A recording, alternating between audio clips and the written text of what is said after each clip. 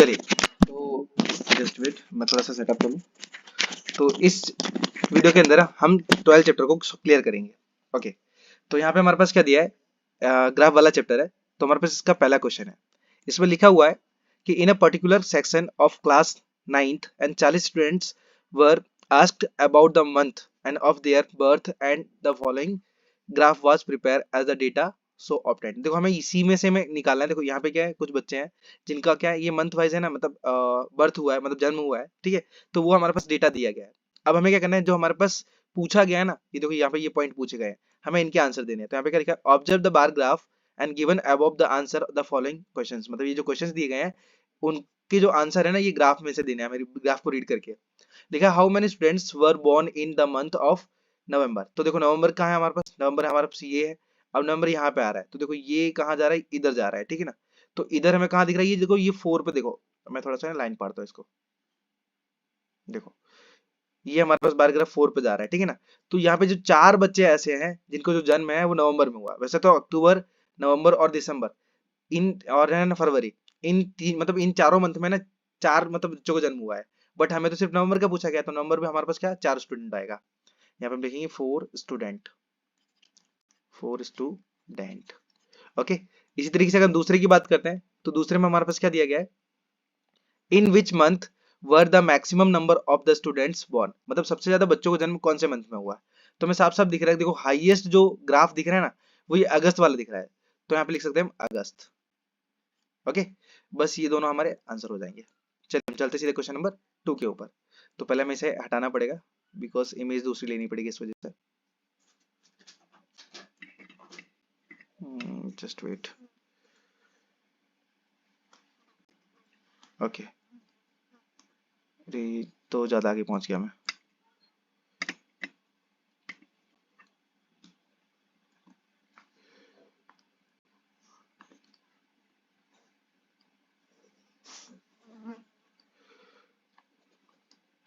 देखिए, देखिए और समझना खाली, इसमें कुछ नहीं है, एकदम सिंपल मतलब ना बताया हुआ है क्वेश्चन किस प्रकार से मतलब सॉल्व करना है हमें। ओके, तो दूसरे क्वेश्चन की अगर हम बात करते हैं, यहाँ पे क्या दिया है, convert the following frequencies distribution into continuous frequency distribution. देखो सबसे पहले तो हमें क्या करना है, इनकी फ्रीक्वेंसी तैयार करनी है, एक टेबल तैयार करना है, ठीक है। बिकॉज यहाँ पे बोला ही है साफ साफ। तो अब हम स्टार्ट करते हैं यहाँ पे टेबल बनाना। तो मैं क्या एक टेम्पररी,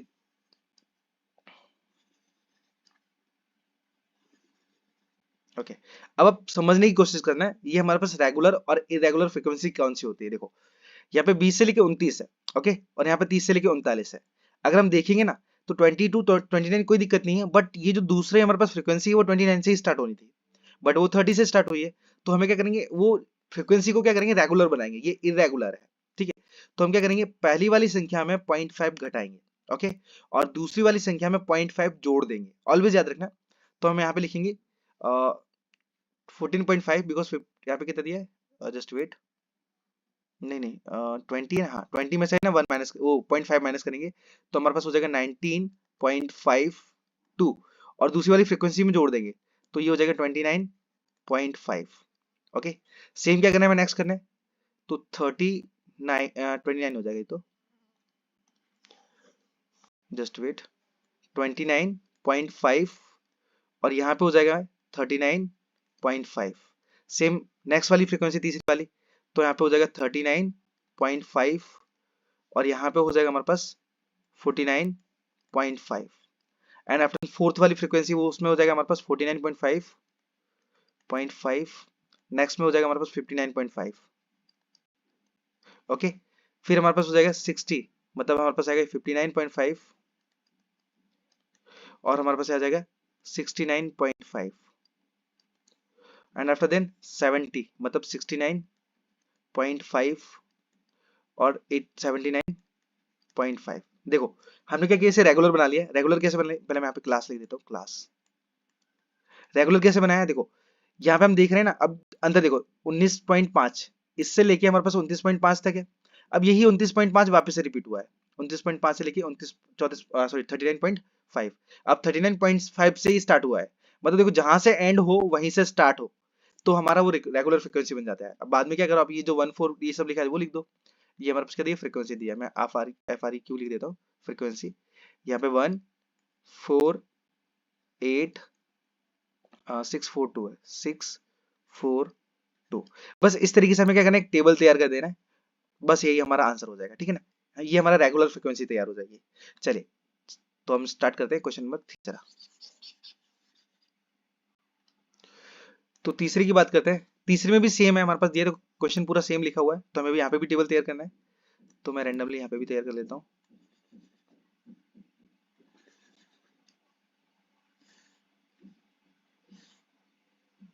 ओके, तो यहाँ ये क्लास है हमारा और ये हमारी फ्रीक्वेंसी है। ओके, तो हमारे पास यहाँ पे जो क्लास है ना वो 0.5 मतलब 0 से लेके 5 तक दिया गया है, और यहाँ पे 5 to 9 दिया है। तो हम देखेंगे ना, यहाँ पे जो संख्या है, देखो कितने का हमारे पास, मैंने आपको बताया कि ऑलवेज अगर इसे रेगुलर बनाना है तो पहली वाली संख्या में 0.5 माइनस करेंगे, और यहाँ पे तो 0 है। अगर 0.5 माइनस करते हैं ना, 0.5, तो 0 तो जुड़ता नहीं इसमें, तो एग्जैक्ट हमारे पास जो पहली संख्या होगी 0.5 ही होगी माइनस की। तो लिखेंगे माइनस का 0.5 डैश, एंड यहाँ पे आ जाएगा हमारे पास 4 में, हम सेकंड वाले में जोड़ते हैं 0.5, तो 4.5 हो जाएगा ये। नेक्स्ट फ्रीक्वेंसी है, तो वो हो जाएगी 4.5 एंड 9.5। नेक्स्ट वाली है तो वो हो जाएगी हमारे पास 9.5 एंड 14.5। आफ्टर देन 14.5 टू 19.5, फिर 19.5 टू 19.5 टू 24.5, 24.5। सेम नेक्स्ट वाले को करेंगे हम, तो 24.5 टू 29.5। बस हमें यही काम करना था, रेगुलर बनाना था, तो रेगुलर हमारी बन चुकी है। ठीक है, आप इसे ब्रैकेट में रखना, ब्रैकेट रखो, नहीं तो आपका आंसर है। अब हम फ्रिक्वेंसी को भी लिख देते हैं, 5 7 11 14 9 और 7। ये हमारा ऑब्जर्वेशन हो गया पूरा डेटा का, ठीक है ना। चलिए, तो यही हमारा इसका आंसर हो जाएगा। अब हम बात कर लेते हैं सीधा क्वेश्चन नंबर 4 और 5 की। मैं इसे रफ कर देता हूँ फटाफट।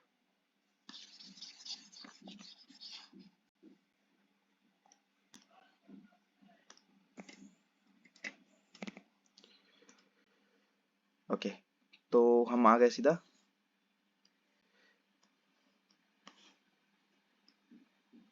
जस्ट थोड़ा एडजस्ट कर लें। ओके, तो फोर्थ वाले क्वेश्चन में हमारे पास क्या दिया गया है, और थोड़ा सा मुझे जूम जूम करना पड़ेगा।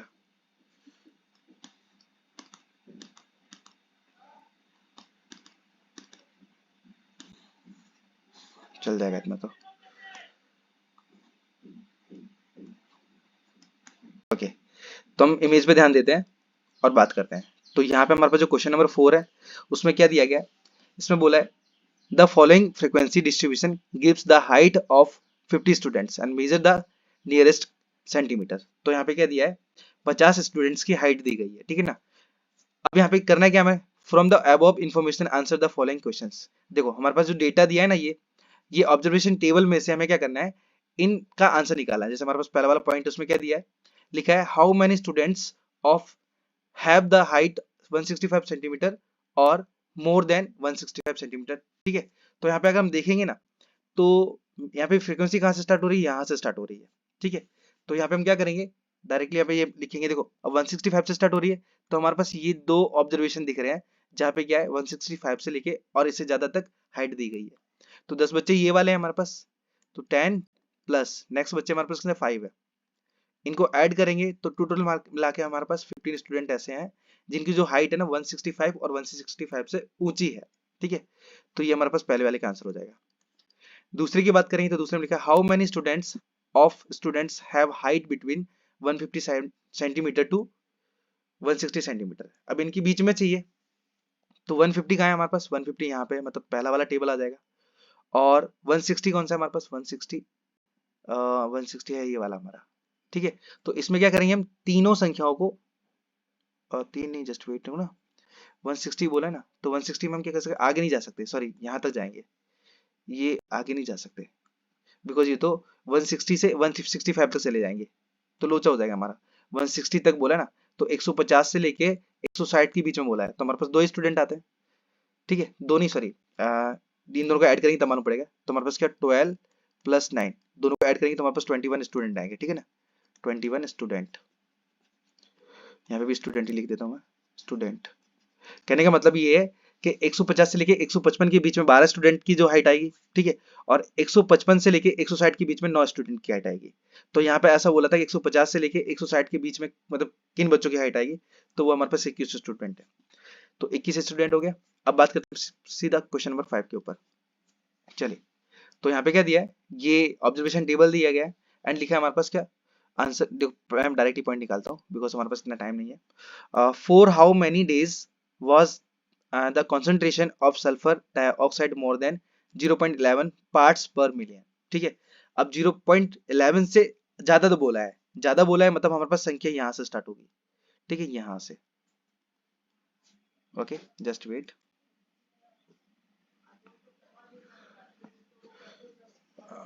हाँ यहाँ से स्टार्ट होगी। चलो, तो बिकॉज अब हमारे पास बोला गया था 0.11 या फिर 0.11 से ज्यादा। तो 0.11 कहाँ से स्टार्ट होगा, यहाँ से स्टार्ट होगा। देखो ये वाली फ्रीक्वेंसी तो ये बता रही है कि 8 से लेके 12 तक स्टूडेंट है या फिर फ्रीक्वेंसी है, ठीक है। लेकिन हमारे पास क्या होता है 12 से लेके 16, मतलब 12 के अंडर ही हमारे पास आ जाता है ना 11। तो हम ये हमको इसको टारगेट करना है, ठीक है ना। 8 को टारगेट नहीं कर सकते 11 के लिए, हम 12 को टारगेट कर सकते हैं। तो हमारे पास क्या जो फ्रीक्वेंसी है 2 4 2, जस्ट 2 + 4 + 2 दोनों को ऐड कर देंगे तो हमारे पास 8 आएगा, ठीक है। तो 8 डेज है हमारे पास, 8 डेज, ये हमारा आंसर हो जाएगा। सेकंड की बात कर लेते हैं। तो सेकंड में क्या दिया हमारे पास, for how many days was the concentration of sulphur dioxide less than 0.08 sorry 0.08 parts per million. तो इसकी अगर हम बात करते हैं ना, तो इसकी बात हम कहाँ से यहाँ से जाएंगे, वापस से रिटर्न होंगे यहाँ पे। तो रिटर्न होंगे, रिटर्न के लिए हम क्या करेंगे, यहाँ से स्टार्ट करेंगे, क्योंकि कम की बात की गई है, कम की बात की गई तो हम उल्टा चलेंगे, ठीक है ना। तो उल्टा चलेंगे तो हमारे पास 4 और 9 दो ऐसी फ्रीक्वेंसी आ रही है जो कि इनके बिटवीन आ रही है। तो हम लिखेंगे 4 + 9, 4 + 9 इक्वल टू हमारे पास हो जाएगा ये 13 डेज, 13 डेज। तो यही हो जाएगा आंसर, ठीक है। आई होप ये वाले क्वेश्चंस का आपको प्रॉपर तरीके से आंसर मालूम पड़ गया हो। मिलते हैं हम नेक्स्ट वीडियो में, तब तक के लिए धन्यवाद। तो हमारा जो नेक्स्ट सेक्शन है वो सेक्शन सी का है, ठीक है। चलिए।